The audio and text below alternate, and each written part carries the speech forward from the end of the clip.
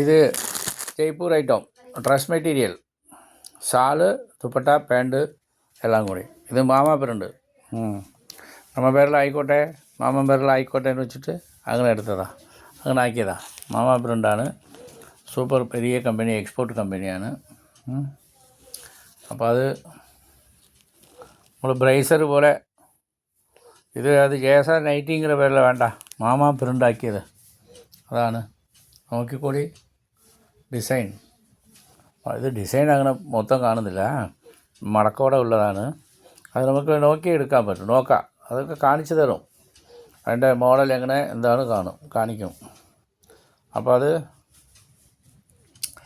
വരൂ.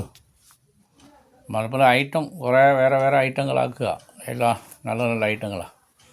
നൈറ്റി തയ്ക്കാൻ തുടങ്ങി, പാവാട തയ്ക്കാൻ തുടങ്ങി, പിന്നെ ഇപ്പോൾ ഡ്രസ് മെറ്റീരിയലൊക്കെ റണ്ണിങ് മെറ്റീരിയൽ എല്ലാം ഇറക്കിയിട്ടുണ്ടല്ലോ. അപ്പോൾ നമുക്ക് ഓൺലൈൻ കച്ചവടത്തെ കണ്ട് പേടിച്ചിട്ട് നിർത്തണ്ട. നമുക്ക് വയനാട്ടിലെ തൊഴിലവസരം വിജയിപ്പിക്കുക, അതാണ് നമ്മുടെ ലക്ഷ്യം. ജയസാറിൻ്റെ ലക്ഷ്യം അന്നും ഇന്നും എന്നും അതന്നെ.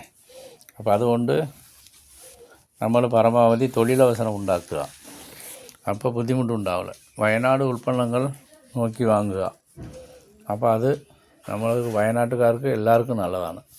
അപ്പോൾ വയനാട് സ്ത്രീകൾ തൊഴിലവസരം വിജയിക്കാൻ എല്ലാവരും സഹകരിക്കണം എന്നുള്ളത് എൻ്റെ താല്പര്യമാണ്.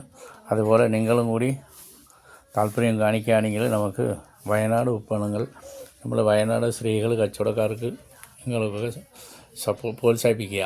അപ്പോൾ അവർ പിടിച്ചു നിൽക്കും, നിങ്ങൾക്കും അതൊരു ഗുണം ഉണ്ടാവും. അത് നിങ്ങൾ നോക്കി സഹകരിക്കുക. ഞാൻ പറയുന്നതായിട്ടല്ല, നിങ്ങൾ എല്ലാവരും കൂടി സഹകരിക്കുകയാണെങ്കിൽ നമുക്ക് വയനാട്ടിലെ തൊഴിലവസരം ഉഷാറാവുമല്ലോ. അപ്പോൾ പൊരുളാധാരം ഡെവലപ്പാവുമല്ലോ. അപ്പോൾ പണിക്കാർക്കൊക്കെ പണി ഉണ്ടാവുമല്ലോ. നമ്മൾ കുറേ ആൾക്ക് പണി കൊടുക്കുന്നത് ഇപ്പോൾ വീട്ടമ്മമാർക്ക് കൊടുക്കുന്നില്ലേ, അതുപോലെ എല്ലാവർക്കും തൊഴിലവസരം ഉണ്ടാക്കുക. ആയിക്കോട്ടെ. ജയസാരനായിട്ട് നിങ്ങളോടൊപ്പമാണ്. ഏവർക്കും സ്വാഗതം.